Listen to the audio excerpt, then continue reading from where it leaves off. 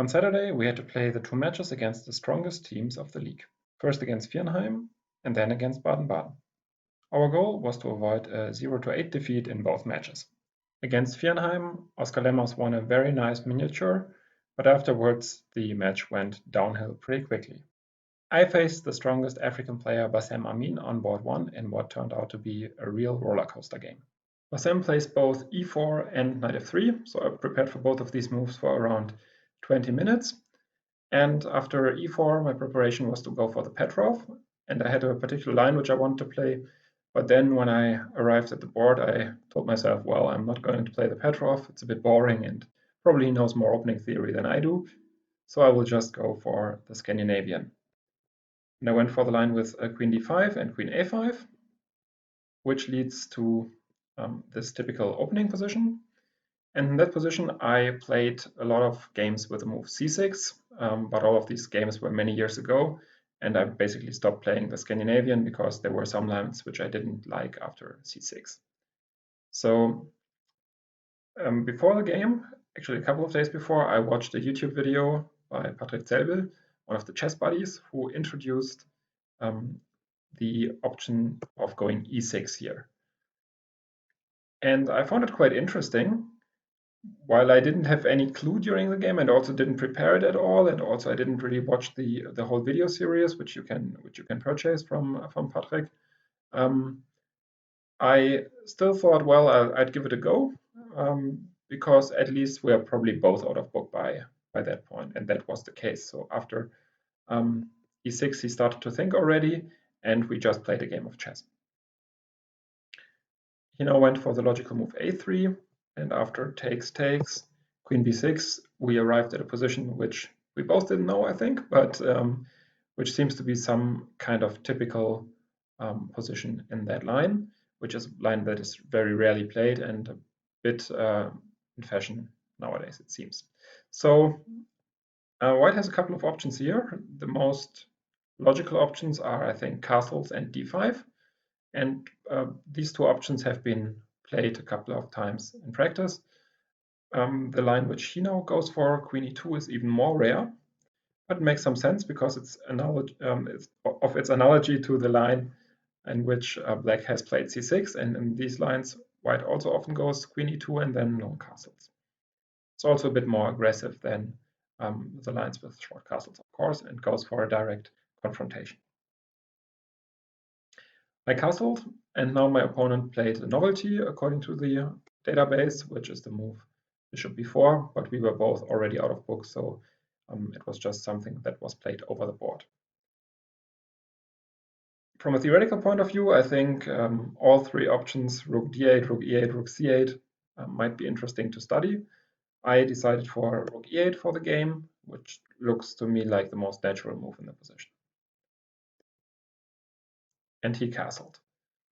So right now I started thinking, and I was pretty sure that I didn't do anything wrong up to this point. And now I have a very interesting choice. The move which I thought about most was the move knight to c6. But then I was a bit worried about bishop c5, queen a5, and then just the move knight e2. So there's also bishop b5 here, but I think then when white exchanges this bishop against the knight, maybe white has the option of playing for a small advantage, but it will not be much in any case. So the more principled approach I thought was knight d2, threatening knight b3, and then after, so let's say if I go a6, knight b3, my queen is gone. Yeah, so the queen is trapped on a4, and I have no more space to retreat her to. So after knight d2, I was calculating a line with a6, but I really wasn't sure if I want to have a queen in such an exposed position. And for instance, one line could go knight b1 right here, protecting a3 and preparing b4. And yeah, here I basically stopped and didn't calculate any further because it looks extremely risky. The computer says it's fine for black and even gives some very strange lines like e5, b4, queen a4, bishop b3, and knight takes d4. When, let's say, takes takes. Now both queens are hanging, and he gives some kind of equality in this line after all these trades. But of course, this is very, very difficult to calculate over the board, and I really didn't feel like going into such a line without any analysis on it. So maybe from a theoretical point of view, knight c6 is the correct move, but you would probably need to analyze it a bit. The other option which I saw was knight bd7, which I liked a little bit less because, first of all, he can go knight e5 immediately. And yeah, if I take, I get a position which is typical for the Scandinavian, but now with reversed opposite side castles, white can go g4, g5 pretty soon, and I think white should be somewhat better here.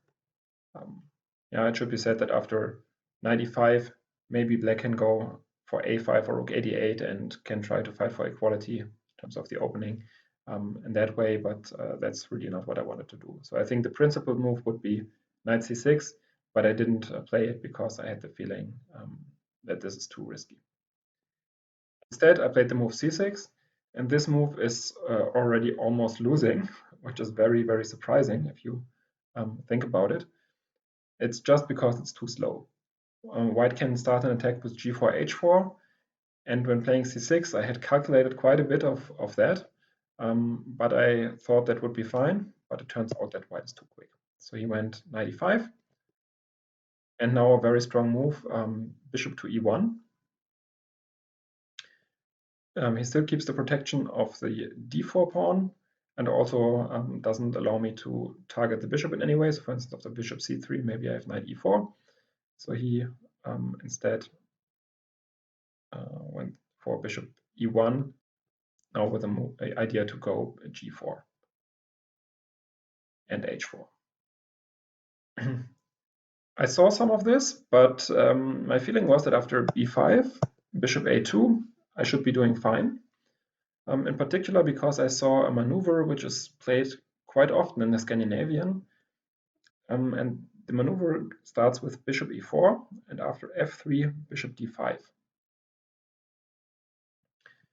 And now after bishop d5, both ed5 and knight e5 are probably okay for black. Maybe white is slightly better, but it's nothing to really worry about. So I was thinking that we would probably go to such a position.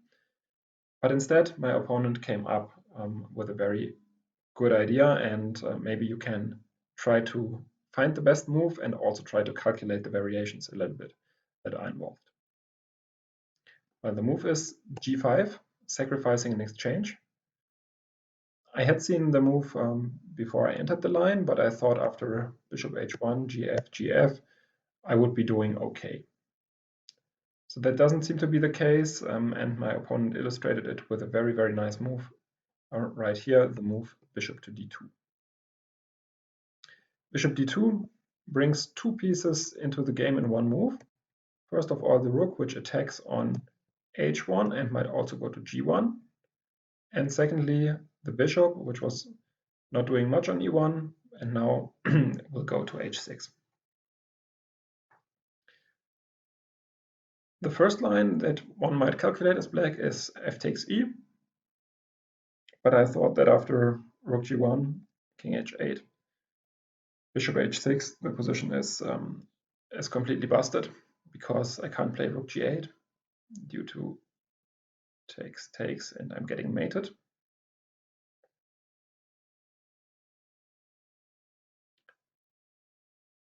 So after bishop h6, I would probably have to go f6, and now white can at any time go bishop g7 and get my queen. Probably it's best to delay this for a bit, go de first, and then maybe if black goes queen f7, preparing rook g8 now, he can just capture the queen, go queen g4, and even though I'm material up here, so I have two rooks and a piece for a queen, but the position of my king is just so bad. I mean, for instance, if the king runs, I'll either get another check on h5 or e takes f is coming, and the white attack is just too quick and too strong. Now my pieces are not really doing anything.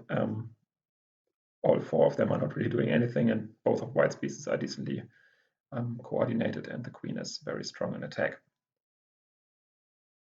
And therefore, after reaching that position with bishop d2, I thought, well, I'm just going to run. I played king f8, and he just casually took the bishop on h1, and f takes e. So right now I'm an exchange up, but of course my king is very vulnerable.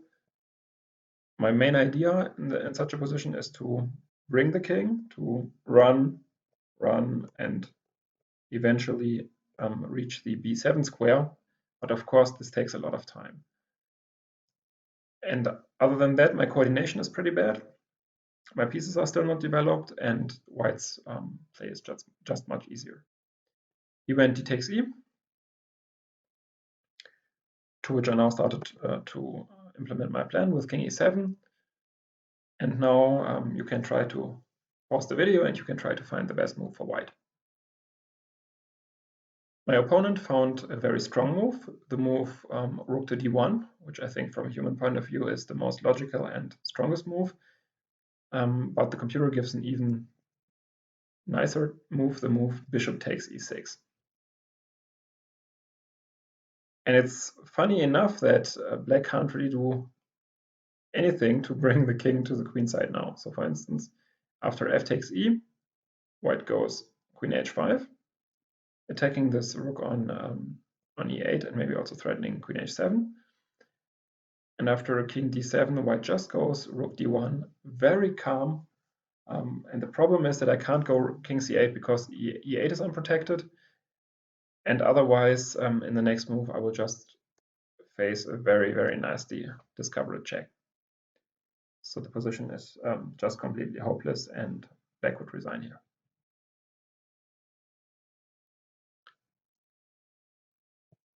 So bishop e6, very strong move, and after, let's say, king e6, which would be the other line, white just goes queen g4, and yeah, like running out would also lead to a quick mate of the black king. Instead of this immediate killer blow, he went for rook d1, which should also decide the game in white's favor, but at least I could fight for a bit. The most normal move, which I was calculating here, is the move rook to g8.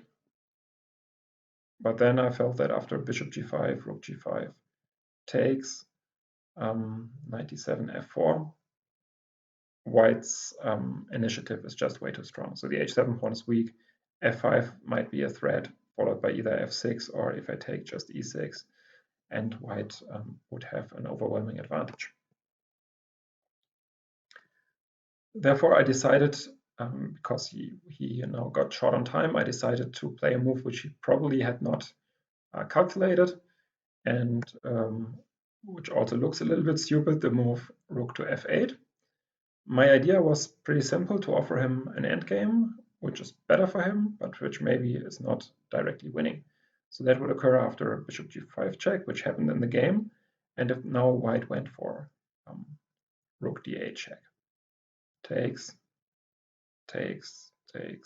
queen d3, and let's say 97, or I don't know, king c7, 97.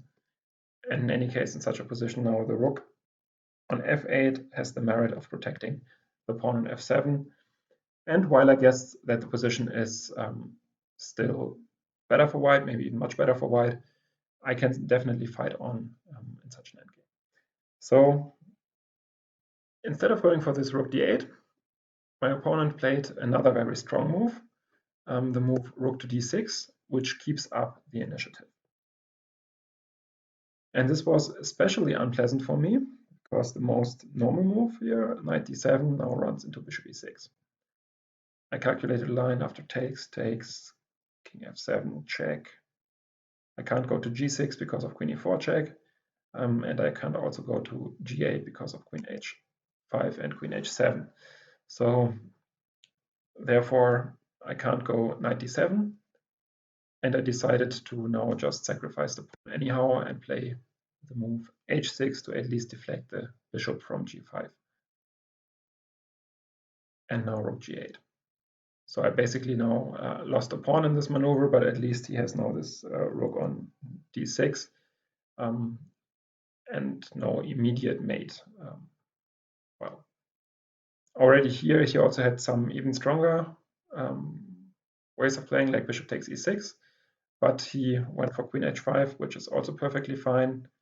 But after check and rook g6 to protect the e6 pawn, he could still now just take on e6. And I think that's probably the most human way of ending the game. Just taking on e6, which threatens bishop takes f7. So I would probably have to give up the queen. Takes, bishop f4, protecting d6. None of my pieces are doing anything, and he can just go queen h8, followed by a pawn move to h8. So that position would be completely hopeless. Fortunately for me, he didn't see that either, or he just wanted to finish in style with a move bishop to g5. Now again threatening rook d8. But here I suddenly at least get my knight into play with knight d7. He went king e2 to, I think, to leave the d file, which might not be the best position for the king. But I think also this move showed that he didn't really have any direct way of finishing the game.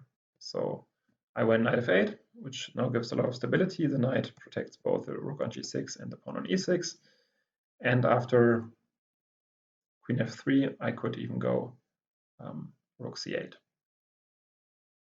Yeah, I think this position is still better for white, of course, but now at least I am not in any immediate danger of getting mated anymore. He went c3 with a nice idea of going bishop to b1, taking this rook on g6. But now I just sacked it. Probably I could have waited a bit as well, and now played the move b4. And here I think he starts to really go wrong with a move bishop to b1, just following his old plan. But it was time to close the position, to play just c takes b, a takes b, and a4, because now my pieces can't really enter anywhere, and he just enjoys a very, very big and stable advantage. Instead, he played bishop b1, which now gives me an open b file to work with. And so I was quite happy to actually reach that position, played queen b6, and the computer still says that after bishop d3, followed by king d1, so give some strange line, bishop d3, check, and king d1, white is doing fine and white is much better, but that's not a very human way of playing, of course. So I was already anticipating queen d3, which is what happened in the game, and now played the move queen b2 check, followed by knight g6. Yeah, e5 is hanging with a deadly fork. King g2, of course, doesn't work because of knight f4. And so, especially in time trouble, I was pretty much sure that he would go for the exchange sack right now. It's probably also the objectively a fine move to just take, queen g6, and king d8, planning to run away and finally reach the square c7 or b7 that the king wanted to reach already many moves earlier. This was move 40. The move that he played was queen c2, and I still had my last move before the time control. And I faced a very difficult decision of whether I should take on c2 to go for an endgame, which is hard to assess, or to take on a3 with a very, very double-edged late middle game position. I think objectively both moves are fine, and I decided to go for the endgame. Takes, and king e7. So when I traded the queens, I was optimistic that this endgame should at least not be worse for black. I wasn't sure if I had any chances to play for more, but I thought this position should be absolutely fine for black. But it turns out it's a very, very complex endgame. So the judgment was correct. The position is probably around equal, but it's very, very complex. He played king e3. And now I thought, well, he's going to go f4 at some point. And once he went f4, I can just go rook h4. And then he can't move to the king anymore. So I will just play c5. And after a4 or something, just rook h8. And whenever he goes f4, I will go rook h4. And then both parties are going to wait. And the game is going to end in a draw. But instead of doing that, he went bishop e4. That was already pretty surprising to me. But I thought, well, after rook h5, he's just going to go f4 anyhow. And then we will reach a similar position as before. But now, and I think this is why he's such a strong player, he came up with a move g6. I saw the move g6, but I thought, well, tactically it doesn't work because I can take on e5. And after f4, rook h5, g7, he has the idea that king f7 doesn't work because of bishop g6. But I have the Zwischenzug, rook h3 check, and then I go after the pawn, and suddenly black is winning. So when I saw g6, I calculated for a bit. I was a bit of a non-believer, and I thought, okay, I'll just take on e5, and now it's me who's playing for a win for sure. He just blundered the pawn.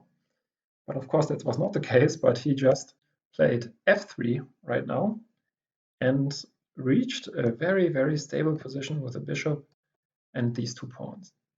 I think this is really, really deep understanding of this endgame to go for that setup. Because right now the white king is free, and the white king can run and go after my queenside pawns. So either this one or this one. And suddenly I realized that he just gave up a pawn to get a much better coordination and a very, very good position for his bishop on e4. I think this was very, very well played sequence by him. I went rook g5 and he went king d3, now going for the king to go to b5. Maybe that's another good point to pause the video and to try to think about the best possible move and best possible sequence for black in that position. Okay, I hope you thought about it. And so there is my solution, which is the move c4 check, which objectively is fine. And then there is a computer solution, which is basically forces a draw. The computer solution is the move rook g2. Very unintuitive. You would think that you should go to g1, but we will see in a moment why the rook is better on g2. King c4. And now just rook a2. Attacking a4. King b5 and now c4. And right here, the point is black is threatening rook a3. And if white takes on a5, black has rook b2. So if instead we had played rook g1 and the rook was on a1, then in this line we couldn't go rook b1. So that's the subtle difference that the computer, of course, immediately realizes, but which is very difficult to see for a human. In that line, I would now win the pawn on c3. Whites would still have enough counterplay for a draw, but it's completely clear that it's not white who's playing for a win anymore. So rook g2 would have been a direct way to a draw, but of course also a move which is very unintuitive and hard to see. Instead, I went for the move c4 check with the idea of controlling the fifth rank. So the king cannot move across the fifth rank for the time being, and I thought after c4, king takes, king d6, the game should end in a draw within a few moves. Yeah, and right here I was expecting maybe he would try something like c4, but then I always have e5 check, and then I control the square on d5. And again, the position should end in a draw. But instead, he went for king e3. I didn't really get the idea of that move at first. And probably if I now go rook king e7 or rook a1 or something like this, I just keep him busy, then the game should still end in a draw. But I really didn't see the idea, so I just went rook c1, and he went bishop d3. Very interesting, because now the idea is he wants to go king d2 and then push the c-pawn somehow. And on the other hand, I can't take, because then g7 will decide the game. Bishop h7 followed by g8 queen. So after bishop d3, I played king e7, and now he went c4. And this is the position in which I made the probably decisive mistake in the endgame. But I have to say that I really didn't see his setup and all of the ideas of the setup. And the main idea that he has is to now go king d2, kick away the rook, and then to run with both pawns. And to protect against that, I should probably go king d6 right now, because after g7 I still have rook g1, and I now control the c-pawn with my king on d6. So each piece is doing what the piece should do, and the game should end peacefully in a draw still. Instead, the mistake which I made was to move e5, which is also from a strategic point of view, pretty bad move, because it just weakens the white square so much.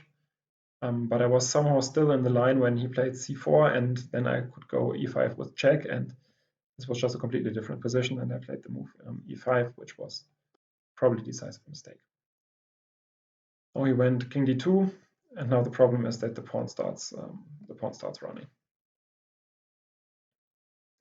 I played rook a1 and now just c5. Yeah, here I can still play somewhat better than what I did in the game, but I think the position is lost anyhow. So if I go something like rook g1, let's say, he can go c6, and now gets a position where he has this superb bishop on e4, which is protected by the pawn and protects these two pawns, and eventually the king is going to run there and finally going to pick up the a5 pawn, and white should be winning. So instead I went rook a2 check, now rook a3, rook a1 also loses. White has different ways of winning here actually, so for instance c6, and if I run towards the pawn, white just goes bishop f5 followed by bishop g4, and I can't stop this pawn anymore. So let's say one sample line, rook g1, bishop g4, and now just takes g7, bishop e6, and white is going to get a new queen. Instead, I went for rook a3, which is even worse than rook a1, but in any case, the game was gone by that point.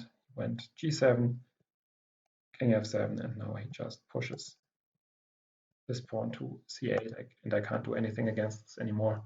I played a few more moves to get used to the fact that I lost the game, but after king c1, I resigned.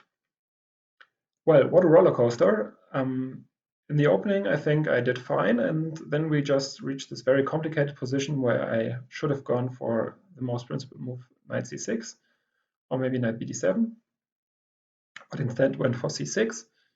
Then he played it in a very, very nice way, especially this exchange sack, afterwards this rook d1 and rook d6, but failed to mate me in the ensuing complications. And so by the time control, I reached this very interesting endgame, where I can just say that I didn't see many of his moves and plans, and even though the position was objectively a draw, I completely deservedly lost that endgame, which I hope you found as instructive as I found it when replaying and analyzing it. So thanks a lot for watching, and see you for the next video in which I will discuss my last game from the Bundesliga Championship tournament. Bye bye. When you have stress, play chess. When you fall on your ass, play chess for a real deal. Follow Christian Seel.